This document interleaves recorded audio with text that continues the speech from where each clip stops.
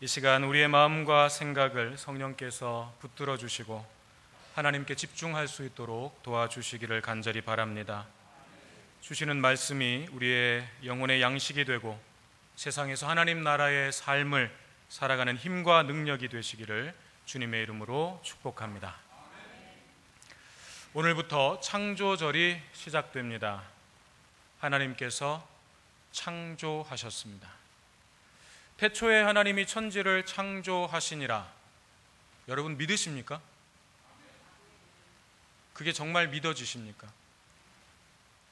하나님이 여러분을 창조하셨다는 것, 이 세상이 창조되었다는 것, 하나님의 말씀으로 창조되었다는 것, 여러분의 인생이, 여러분의 삶이 하나님으로부터 나왔다는 것, 하나님께 붙잡힌 바 된 삶이라는 것, 하나님의 선한 계획 가운데 목적을 가지고 이 세상에 창조되었다는 것, 여러분 이 사실을 정말 진심으로 믿으십니까? 세상에는 그렇지 않다고 이야기하는 사람들이 너무나 많습니다. 그리고 그것을 과학적이라고 이야기하는 사람들이 너무나도 많이 있습니다. 우리는 그것을 진화론이라고 부릅니다. 진화되었냐, 창조되었냐, 어떤 게 진짜냐? 아마 이 자리에 앉아 계시지만 사실 하나님의 창조에 대해서 이야기할 때 좀 불편함이 느껴지시는 분들도 솔직히 있으실 거예요. 잘 안 믿어지는 거죠. 세상이 창조되었다는데 그걸 어떻게 증명할 수 있겠냐 이거예요. 그걸 어떻게 알 수 있냐 이거예요. 그걸 어떻게 믿으라는 거예요. 수많은 과학자들이 인간은 진화되었다고 이야기합니다. 아주 작은 그 하나의 세포가 여러 개의 세포가 되고 거기에서 아주 작은 생물이 나오고 그것들이 점점 진화되어서 오늘날 우리 이 모습의 인간이 되었다라고 과학자들이 그렇게 이야기를 한다는 거죠. 그러니까 그것이 사실이고 그것이 진리다라고 이야기합니다. 그런데 여러분, 진화와 창조, 저는 둘 다 증명의 문제는 아니라고 생각합니다. 여러분, 진화론에 있어서 가장 핵심적인 것은 우주가 아주 먼 옛날에 폭발했다는 거예요. 우주가 아주 오랜 옛날에 폭발했다는 거예요. 그리고 나서 지금의 이 우주가 자연스럽게 시간이 지나면서 형성되었다는 것입니다. 그런데 여러분, 만약 그것이 사실이라고 하더라도 그러면 태초에 뭐가 폭발을 하려면 뭐가 있어야 되잖아요. 뭔가가 있어서 그게 폭발을 해야 되잖아요. 그럼 그 처음에 폭발을 일으킨 그건 어디서 온 거예요? 그건 누가 거기다가 갖다 놓은 거예요? 이게 증명될 수 있는 문제입니까? 이게 증명될 수 있는 문제예요? 아니요, 이건 증명될 수 있는 문제가 아니에요. 태초에 하나님이 천지를 창조하셨습니다. 이거 증명이 됩니까? 이거 증명하실 수 있는 분, 아마 세계를 깜짝 놀라게 하실 위대한 분이 될 겁니다. 증명되는 문제가 아니에요. 그러면 창조냐 진화냐 둘 중에 선택의 문제라고 하는 것입니다. 이건 둘 다 증명의 문제가 아니에요. 내가 어떤 가치관과 어떤 세계관을 가지고 내 인생을 바라보고 살아갈 것인가, 선택의 문제라고 하는 것입니다. 진화론에 있어서 가장 핵심적인 것은 우연입니다. 모든 것이 다 우연이에요. 돌연변이가 생긴 것도, 그 돌연변이가 그 다음 세대로 이어지고 유전되는 것도, 그게 왜 그렇게 되었냐라고 하는 것은 증명할 수가 없습니다. 말할 수가 없습니다. 우연히 그렇게 된 거예요. 우연히. 그런데 창조론은 분명합니다. 목적과 계획이 있다는 거예요. 뭔가가 만들어졌으면, 뭔가가 존재한다면 그것을 만든 분이 있고, 그걸 만들었다면 그것을 사용하기 위한 목적과 계획이 있었다는 것입니다. 시계를 만든 사람이 아무 목적도 없이 시계를 만들지는 않습니다. 의자를 만드는 사람이 아무 목적도 없이 의자를 만들지는 않습니다. 창조된 것은 모든 것이 다 하나님의 선한 계획과 목적이 있어서 거기 그 자리에 있다는 것입니다. 이것이 하나님의 창조를 믿는 믿음이 가지고 있는 가치관이고 세계관이에요. 내 인생을 바라보는 기준이에요. 눈이고 시각이에요. 자, 여러분 어떤 시각으로, 어떤 세계관으로, 어떤 가치관으로 여러분의 인생을 바라보시고 이 세상을 바라보시겠습니까? 그건 여러분의 선택의 자유입니다. 그냥 모든 것이 우연이겠거니, 모든 것이 다 그냥 우연이겠거니 그렇게 믿으시면서 그런 기준과 선택을 가지고 사셔도 됩니다. 그건 자유예요. 그러나 우리가 하나님을 믿는다고 한다면, 하나님이 이 세상과 우리의 삶을 창조하셨다는 것을 믿는다면, 우리는 우리를 향하신 하나님의 놀라운 계획과 목적이 있음도 믿어야 할 것입니다. 이 창조절을 지나면서 우리 교회와 여러분의 인생을 향한 하나님의 놀라운 계획이 있음을 믿고, 하나님의 그 계획이 우리의 삶을 통해, 우리의 믿음을 통해 실현되고 나타나고 드러날 수 있도록 우리의 삶을 하나님께 드리는 저와 여러분 되시기를 주님의 이름으로 축원합니다. 창조절을 비롯해서 교회에는 여러 가지 절기들이 있습니다. 우리가 시간을 구분하기 위해서 달력을 사용하듯이 교회에는 이런 시간들에게 신앙적인 의미를 부여해서 교회력 혹은 예배력이라고 부르는 이 교회의 시간표를 만들었습니다. 이 교회력에는 창조절 이후에 이어지는 대림절과 또 성탄절과 주현절과 또 사순절, 그리고 부활절, 그리고 성령 강림절, 그리고 그 다음은 다시 창조절, 이렇게 1년이 하나의 사이클로 이루어져 있습니다. 거기에는 성부, 성자, 성령, 삼위일체 하나님의 시간들이 각각 배치되어 있습니다. 이런 교회의 시간표, 교회력을 제정한 목적은 우리가 살아가는 그 모든 시간들 안에서 하나님의 은혜와 사랑을 잊지 말고 우리가 기억하며 살아가자 하는 것이었습니다. 이 교회력에 따라서 오늘부터 창조절, 즉 창조주이신 성부 하나님의 시간이 시작되는 것입니다. 각 절기에는 그 절기를 나타내는 색깔이 있습니다. 창조절은 생명과 평화, 그리고 영적인 성장을 의미하는 녹색을 사용합니다. 이런 교회의 전통적인 절기는 깊은 신앙적 의미를 부여한 시간들이고, 이 절기들을 맞이하고 지날 때에는 그 의미를 우리가 다시 한번 새기면서 믿음의 삶을 살아가기 위해서 더욱 노력해야 하겠습니다. 창조절이 시작되는 오늘, 저는 지난 주일에 말씀드린 것과 같이 우리 성호교회가 교회의 기초로 삼고 가야 할 중요한 10가지 가치에 대해서 하나씩 말씀드리려고 합니다. 이 10가지의 가치는 미국 빌립보 교회가 교회의 핵심 가치로 삼고 있는 것인데, 이 10가지의 가치들은 분명 이 시대의 모든 교회들이 회복해야 될 핵심적인 내용이기 때문에 빌립보 교회의 허락을 얻어서 우리 성호교회의 기초로 삼고자 하는 것입니다. 같은 방향과 비전을 품고 함께 동역하는 교회가 되는 것입니다. 그래서 우리 성호교회 10가지 가치를 현수막으로 붙여두었습니다. 그리고 교회 엘리베이터와 곳곳에 붙여두었습니다.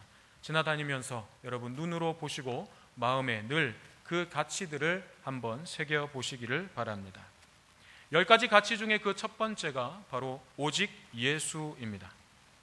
창조절과 오직 예수라는 주제는 사실 좀 어울리지 않는 것처럼 보일 수 있지만, 어쩌면 가장 어울리는 주제가 바로 오직 예수일 수 있습니다.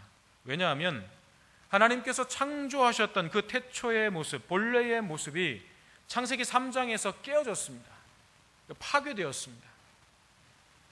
아담과 하와의 범죄로 말미암아서 그 태초의 모습이 깨어졌는데, 그 깨어진 것을 다시 이어 붙이시고 회복시킬 수 있는 유일한 분이 바로 예수 그리스도이시기 때문입니다. 창조절기가 하나님의 창조를 묵상하면서 그 보시기에 좋았던 모습으로부터 깨지고 변질되어 버린 것을 다시 회복하고 새롭게 한다는 의미라고 한다면, 오직 예수는 이 창조절기에 가장 적합한 주제일 것입니다. 우리는 이 창조절기를 지나면서 회복, 그리고 새로움, 생명, 성장, 이런 단어들을 좀 깊이 묵상해 보아야 할 것입니다. 그리고 이 모든 단어들은 예수 그리스도 안에서 그 의미가 온전해지기 때문에 예수님을 더욱 깊이 생각하고 만나고 경험하는 데에 우리가 집중해야 하겠습니다. 오직 예수, 한마디로 말하면 예수 바로 믿기입니다. 예수를 바로 믿자 하는 거예요. 예수 그리스도를 믿는다고 하면서 제대로 똑바로 믿지 않았기 때문에 사실 오늘 한국 교회가 이런 상황 속에 놓이게 된 것이라고 할 수 있겠습니다. 그러므로 우리 성호교회는 예수를 제대로 믿고 똑바로 믿어보자 하는 것입니다. 믿음의 본질을 다시 회복하자는 것입니다. 한국 교회가 점점 쇠퇴해가는 이 위기 상황 속에서 우리는 끊임없이 왜라고 하는 질문을 던져왔습니다. 왜 이렇게 되었나? 왜 이 지경이 되었나? 왜? 이 질문에 대해서 아마 여러분들도 나름대로 하실 말씀이 참 많이 있을 거라고 생각합니다. 저도 때때론 몇몇 어떤 특정한 교회들 혹은 특정한 목회자들을 향해서 비판의 돌을 서슴지 않고 날리기도 했습니다. 물론 이렇게 된 데에 큰 역할을 한 사람도 분명히 있을 것입니다. 그렇지만 몇몇 사람들에게만 책임을 돌릴 수는 없습니다. 우리 자신도 그 책임에서 자유로울 수는 없기 때문입니다. 원인은 수도 없이 쏟아져 나왔습니다. 무엇이 문제였고 무엇이 잘못되었는지에 대해서는 이제 더 새로울 것도 없습니다. 그냥 더 말해봐야 입만 아픈 지경이죠. 그렇다면 이제 우리는 왜? 라고 하는 이 비판적 질문을 멈추고 어떻게? 라는 좀 건설적인 질문 앞에 서서 답을 찾아가야 할 것입니다. 그러면 어떻게 할 것인가? 어떻게 이 한국교회를 그리고 우리 자신을 회복시키고 새롭게 할 수 있을 것인가? 여기에 집중해야 되고 답을 찾기 위해서 몸부림쳐야 한다는 것입니다. 물론 교회 안팎에서 변화, 개혁, 교회의 갱신 이런 말들이 수도 없이 쏟아지고 있습니다. 하지만 무엇을 개혁할 것인가? 개혁하자고 하는데, 갱신하자고 하는데, 변화되자고 하는데 뭘 변화시키고 뭘 개혁하고 뭘 갱신하자는 것인가? 여기에 대해서는 아직 정확하게 파악하지 못하고 있는 것 같습니다. 드러난 문제는 수없이 다양하지만 그런 문제들이 발생하도록 한 근본적인 원인을 찾고 그곳을 먼저 개혁하지 않으면 다람쥐 쳇바퀴 돌듯이 문제는 계속해서 반복될 수밖에 없는 것입니다. 병이 났다면 그 병을 일으킨 근본적인 원인을 제거해야, 거기를 치료해야 다시는 병에 걸리지 않는 것입니다. 그런데 드러나고 나타난 현상만 자꾸 없애려고 하면 병은 또다시 재발하고 덧날 수밖에 없는 것입니다. 그러면 그 근본적인 원인이 무엇인가? 이렇게 된 근본적인 원인이 무엇인가? 한마디로 오직 예수라고 하는 것입니다. 무슨 말인가? 사실 한국교회의 쇠퇴의 원인과 또 한국교회를 개혁하고 회복할 수 있는 열쇠, 그것이 이 오직 예수라고 하는 말 속에 함께 연결되어 있다는 것을 알 수 있습니다. 쉽게 말하면 한국교회의 쇠퇴의 원인은 오직 예수의 이 가치를 잃어버렸기 때문이고, 그러면 반대로 한국교회가 회복되고 새롭게 되기 위해서는 이 오직 예수의 가치를 다시 회복해야 된다는 것입니다. 여기가 근본적인 문제였어요. 이걸 잃어버렸기 때문에 한국교회가 무너지고 한국교회의 그리스도인들이 무너지게 된 것입니다. 그러면 여기를 다시 회복해야 되는 거예요. 오늘 본문 말씀이 바로 그것을 말씀하고 있습니다. 오늘 본문 말씀의 핵심 단어는 바로 돌입니다. 돌, 스톤, 돌. 먼저 4절 말씀에 산돌이신 예수라는 표현이 나오는데, 여기에서 산돌이라는 것과 7절 말씀에 나오는 모퉁이의 머릿돌이라고 하는 말에 주목해야 합니다. 산돌이 무슨 뜻인가? 돌이 어떻게 살아있을 수 있는가? 여기에서 돌은 단순히 돌멩이를 의미하는 것이 아니고 집을 짓고 세우는 일과 관련되어 있습니다. 즉 집을 세우는 데 있어서 중요한 역할을 하는 돌, 그 돌처럼 예수님께서 그런 역할을 하신다는 거예요. 그래서 이 산돌은 7절 말씀에서 모퉁이의 머릿돌이 되었다라고 말씀하고 있습니다. 그러니까 머릿돌이라고 하는 것은 건축할 때 가장 먼저 놓는 기초석을 이야기하는데, 우리가 흔히 생각하는 머릿돌과 좀 다른 거예요. 우리가 생각하는 머릿돌은 건축물을 다 완성하고 나서, 건축을 다 끝내고 나서 그 건물의 한쪽 벽면에다가 조그만하게 써붙여서 붙이는 거, 그 돌판, 그 준공 날짜와 또 그 건축을 한 회사 이름이 들어갈 수도 있고 그런 여러 가지 내용들을 담아서 벽 한쪽에다가 붙이는 거, 그게 머릿돌이죠. 우리 성옥교회에도 머릿돌이 있습니다. 보신 분? 성옥교회 머릿돌 보신 분? 네, 몇 명 계시네요. 네. 저 들어오는 입구 그 왼쪽 현관 벽에 있죠. 아마 못 보신 분들도 계실걸요. 머릿돌이 거기 있었나? 거기에 무슨 내용이 쓰여져 있냐면 만세반석 이렇게 쓰여져 있습니다. 그리고 그 밑에는 1975년 2월 23일 그 날짜가 거기에 새겨져 있습니다. 혹시 못 보신 분들은 오늘 예배 끝나시고 나가실 때 한번 보시기 바랍니다. 우리 교회 머릿돌이 여기 있었구나. 건물을 지을 때 가장 먼저 놓는 돌, 그러니까 우리가 생각하는 그 머릿돌과는 다른 개념의 머릿돌이 사용되었습니다. 성경에서 말하는 이 머릿돌은 벽과 벽이 만나는 그 모서리, 건물을 지을 때 벽과 벽이 만나는 그 모서리, 기둥이 세워지거나 벽이 세워지는 그 모서리에 가장 먼저 놓는 단단하고 튼튼한 그 돌을 이야기합니다. 이 돌은 그 건물의 시작을 알리는 것이었고 그 건물의 기초가 되는, 없어서는 안 되는 매우 중요한 돌입니다. 건물의 모든 기둥과 벽은 이 돌 위에 놓여지게 되는 것입니다. 그래서 이 보배로운 산 돌이시며 모퉁이의 머릿돌이 되신 예수님께 나아가서 우리도 산 돌이 되어 예수 그리스도 안에서 신령한 집, 성전, 교회로 세워진다는 것입니다. 뿐만 아니라 그 집에서 하나님이 기쁘게 받으실 신령한 제사를 드리는 제사장이 된다는 것입니다. 예수님께서 하나님이 함께 하시고 거하시는 완전한 성전의 모습을 예수님께서는 홀로 보여주셨어요. 그래서 예수님을 가리키는 돌, 그 돌은 항상 단수가 쓰입니다. 그런데 성도를 의미할 때 성도를 가리키는 돌은 복수가 항상 쓰입니다. 왜냐하면 성도들은 스스로 혼자 그렇게 세워질 수 없기 때문에 예수님을 머릿돌로, 주춧돌로 세워서 그 예수님 위에 세워지는 것이고, 또 나 혼자만 그렇게 되는 게 아니라 다른 모든 성도들과 함께 예수 그리스도의 몸된 그 교회를, 그 건물을, 그 집을 이루어가는 것이기 때문에 성도를 향해서는 복수를 사용합니다. 그러므로 교회는 오직 예수에 의해서 시작되는 것입니다. 우리의 삶도 오직 예수에 의해서 시작되는 것입니다. 그런데 문제는 무엇인가 하면 이 돌이 사람들에게 버림받았다는 것입니다. 하나님께는 택하심을 입었지만 사람들에게는 외면당하고 버림받았다는 것입니다. 왜 그랬을까요? 왜 하나님께서 택하신 돌을 사람들은 쓸모없다고 버렸을까요? 그것은 하나님의 가치와 세상의 가치가 충돌했기 때문입니다. 세상의 가치를 따라서 살아가는 사람들, 앞서 말씀드렸던 진화론적인 세계관과 가치관을 가지고 살아가는 사람들에게 있어서 하나님이 말씀하시는 그 기준과 가치관은 전혀 쓸모없는 거예요. 하나님 나라의 가치는 그들의 삶에 있어서 아무짝에 쓸모없는 가치예요. 그래서 그들은 아무 고민 없이 그것들을 버릴 수 있습니다. 예수님 당시에 많은 사람들이 예수님께 환호했고 열광했습니다. 예수님께로부터 나오는 하나님의 능력이 자신들의 필요와 욕구를 채워줄 수 있을 거라고 기대했습니다.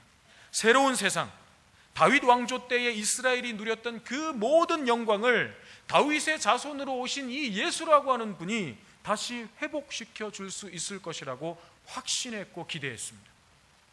하지만 그들의 기대와는 다르게 예수님은 강한 힘과 권세로 로마를 무너뜨리는 그런 파워 있는 왕이 아니라 오히려 힘 한 번 쓰지 못하고 십자가에 못 박히는 너무나도 나약하고 힘없는 왕이었습니다.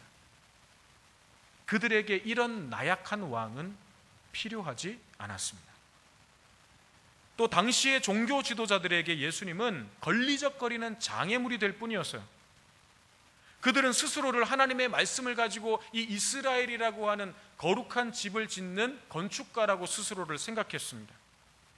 그렇지만 예수님은 그들의 위선과 껍데기만 남은 죽은 믿음을 폭로하셨습니다. 하나님의 전을 강도의 소굴로 만들고 거기에서 불로소득으로 엄청난 수익을 얻는 그들의 죄악을 낱낱이 드러내셨습니다. 결국 그들은 예수님을 버렸습니다. 오늘 7절 말씀에는 이렇게 말씀합니다. 믿는 너희에게는 보배이나 믿지 아니하는 자에게는 건축자들이 버린 그 돌이 모퉁이의 머릿돌이 되고 또한 부딪히는 돌과 걸려 넘어지게 하는 바위가 되었다 하였느니라. 오직 예수라고 하는 이 말은 양면성을 가집니다. 예수 그리스도의 복음은 분명히 기쁜 소식이고 복된 소식이지만 그것은 자신이 죄인임을 철저하게 깨닫고 인정하는 사람, 그래서 오직 예수님만이 이 죄에서 나를 구원해 주실 수 있는 유일한 분이심을 믿는 사람, 이 예수님을 주님으로 모시고 그 말씀에 순종하는 사람에게만 해당되는 것입니다. 그러나 복음을 배척하고 거부하는 사람, 예수 그리스도를 세상을 살아가는 데에는 쓸모없는 돌로 여기며 버리는 사람, 이런 사람들에게 복음은 부딪히는 돌이 되고 넘어지게 하는 바위가 될 것입니다. 부딪히는 돌, 넘어지게 하는 바위가 된다는 것은 복음이 복된 소식이 아니라 무서운 심판의 소식이 될 것이라는 것입니다. 그런데 안타까운 것은 예수를 믿는다고 말하는 그리스도인들조차도 그들의 삶의 현장에서는 예수를 버리고 살아간다는 것입니다. 교회에 와서는 주는 그리스도시요 살아계신 하나님의 아들이십니다, 우리는 천지를 창조하신 하나님을 믿습니다, 그렇게 입술로는 고백하지만 막상 자신의 이익과 관련된 문제라든지 자신이 원하고 바라는 것과 충돌이 일어날 때에는 가차없이 그것을 버리고 돌아서는 것입니다. 수많은 그리스도인들이 예수님을 이용하고 싶어합니다. 우리를 구원하시는 유일한 구원자가 되시는 예수님을 만나기 위해서가 아니라 다른 예수를 기대하고 교회를 찾습니다. 나의 유익을 위해서 능력을 베풀어 줄 예수를 찾습니다. 어쨌든 내가 세상을 살아가는 데 있어서 먹고 사는 일에 있어서 조금이라도 도움을 주고 유익함을 얻을 수 있도록 그렇게 도와줄 수 있는 예수를 찾습니다. 하지만 내 욕구가 충족되지 않고 내게 만족함을 얻지 못할 때 그들에게 예수님은 건축자의 버린 돌이 되어버리고 마는 것입니다. 우리가 주와 그리스도로 고백하는 그 예수님이 우리의 가정에서 버린 돌이 되고 학교에서 버린 돌이 되고 직장에서 버린 돌이 되고 있지는 않습니까?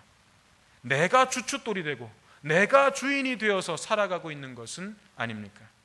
우리는 이 사실을 기억해야 할 것입니다. 하나님께서는 우리들이 버린 그 예수를 모퉁이의 머릿돌로 삼으셨다는 것입니다. 그러면 이제 우리는 어떻게 해야 하겠습니까? 우리는 어떻게 해야 합니까? 마태복음 7장 24절에서 예수님께서는 산상수훈을 마무리하시면서 결론적으로 이런 말씀을 하셨습니다. 반석 위에 세운 집과 모래 위에 세운 집에 대해서 말씀하셨습니다. 여기에 나오는 이 반석은 결국 예수님의 말씀이고 예수님 자신을 가리키는 것입니다. 그렇다면 단어는 서로 다르게 쓰였지만 결국 오늘 본문에 나오는 모퉁이 머릿돌과 이 반석은 같은 의미로 사용되었다고 할 수 있습니다. 이 반석 위에, 이 모퉁이의 머릿돌 위에 집을 세우는 사람이 어떤 사람인가? 그가 바로 지혜로운 사람이라는 것입니다. 그리고 그가 짓는 집은 어떤 집인가? 비가 오고 바람이 불어도 흔들리지 않고 무너지지 않는 집이 되는 것입니다. 우리는 다 인생이라는 집을 짓는 사람들입니다. 그리고 이왕이면 크고 멋지고 아름다운 집을 짓기를 원합니다. 그래서 여기에 필요한 모든 것을 동원하기 위해서 정말 열심히 노력합니다. 다른 사람들보다 더 많은 돈을 갖기를 원해서 노력하고, 다른 사람들보다 더 많이 배우기 위해서 노력하고, 다른 사람들보다 더 높이 올라가기 위해서 노력합니다. 다른 사람들보다 더 인기가 있기 위해서 노력합니다. 그리고 그런 것들을 기초로 해서 우리들의 행복을 쌓아갑니다. 그런데 오늘 말씀은 이런 것들을 얻기 위해서 우리가 필요 없다고 여기면서 버려버린 그 예수가 사실은 주춧돌이요 머릿돌이요 기초라고 말씀하십니다. 여기서부터 시작해야 한다고 말씀하십니다. 그 위에 세워져야 한다고 말씀하십니다. 그러므로 예수를 바로 알고 예수를 바로 믿고 예수를 제대로 배우고 예수님의 말씀대로 제대로 사는 삶을 다시 시작해야 합니다. 다시 예수 그리스도를 우리 교회의 산돌과 머릿돌이 되시게 해야 합니다. 다시 예수를 우리의 삶의 기초와 주춧돌과 머릿돌이 되시게 해야 합니다. 다시 오직 예수로 돌아가야 합니다. 다시 복음의 근본으로 돌아가야 합니다. 오직 예수가 우리의 삶의 핵심적인 가치가 되어서 우리의 삶 전체를 지배하도록 해야 합니다. 오직 예수가 우리 교회의 핵심 가치가 되어서 모든 신앙생활 속에 흐르도록 해야 합니다. 오직 예수란 바로 이런 뜻입니다. 간절히 바라기는 우리 성옥교회가 오직 예수의 이 복음 위에 굳건하게 세워지고 우리의 삶이 또한 오직 예수의 이 반석 위에 아름답게 세워져서 택하신 족속이요 왕같은 제사장들이요 거룩한 나라요 그의 소유된 백성으로서 우리를 어두운 데서 불러내어 그의 기이한 빛에 들어가게 하신 이 하나님의 아름다운 덕을, 그 생명을, 그 사랑을 온 세상에 선포하게 되시기를 주님의 이름으로 축원합니다. 기도하겠습니다.